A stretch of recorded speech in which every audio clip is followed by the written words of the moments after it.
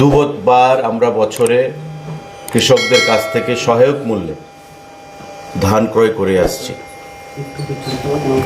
এবং আমাদের সরকার গঠিত হওয়ার পর নির্বাচনী আমাদের প্রতিশ্রুতি অনুযায়ী প্রতি বছর আমরা এই ধান ক্রয় দুবার করে আসছি।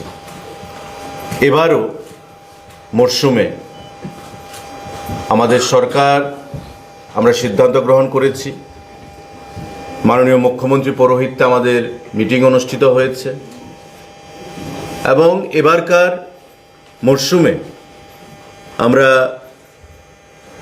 18,000 এমটি ধান লক্ষ্যমাত্রা রেখেছি আমরা ক্রয় করব কৃষকদের কাছ থেকে। আগামী 28শে জানুয়ারি এবারকার মরশুমের ধান ক্রয় করা শুরু হবে এবং তার শুরুয়াত করব আমরা উত্তর জেলা থেকে, ধর্মনগর থেকে। সেটা মাননীয় কৃষিমন্ত্রী এবং আমি আমার উপস্থিতিতে সারা রাজ্যের কৃষি দপ্তর, খাদ্য দপ্তরের আধিকারিকদের সঙ্গে আলোচনাক্রমে আমরা নির্ধারণ করেছি যে আগামী 28শে জানুয়ারি থেকে এবারকার মরশুমের যে ধান ক্রয় সেটা আমরা উত্তর জেলার ধর্মনগর থেকে শুরুয়াত করব। আমি আলোচনার পর মাননীয় কৃষিমন্ত্রী আলোচনা রাখবেন।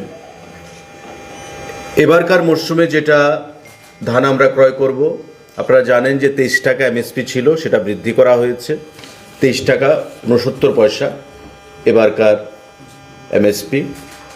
এবং এখন পর্যন্ত আমাদের সরকার গঠিত হওয়ার পর থেকে যে পরিমাণ ধান আমরা ক্রয় করেছি তার পরিমাণটা হচ্ছে 2,44,303 মেট্রিক টন। 2,44,303.795 মেট্রিক টন ধান আমরা এখন পর্যন্ত সর্বসাকুল্যে ক্রয় করতে আমরা পেরেছি। টোটাল ফার্মার কৃষক তাতে উপকৃত হয়েছেন 1,25,454 জন।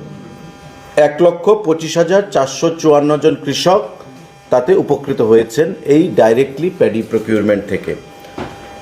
এবং টোটাল যে এমএসপি অর্থরাশি আমরা প্রদান করেছি রাজ্যের কৃষককে সেটা হচ্ছে 489.71 লক্ষ টাকা, কোটি টাকা।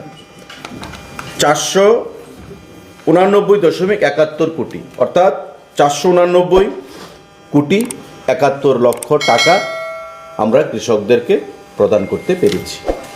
তো এটা একটা বিশাল অঙ্ক যেটা গ্রামীণ অর্থনীতিকে স্ফীত করেছে। একটা সময় ছিল যখন ত্রিপুরা রাজ্যের কৃষকরা ফসল উৎপাদনে তাদের যে অনীহা সেটা প্রকাশ্যে চলে এসেছিল।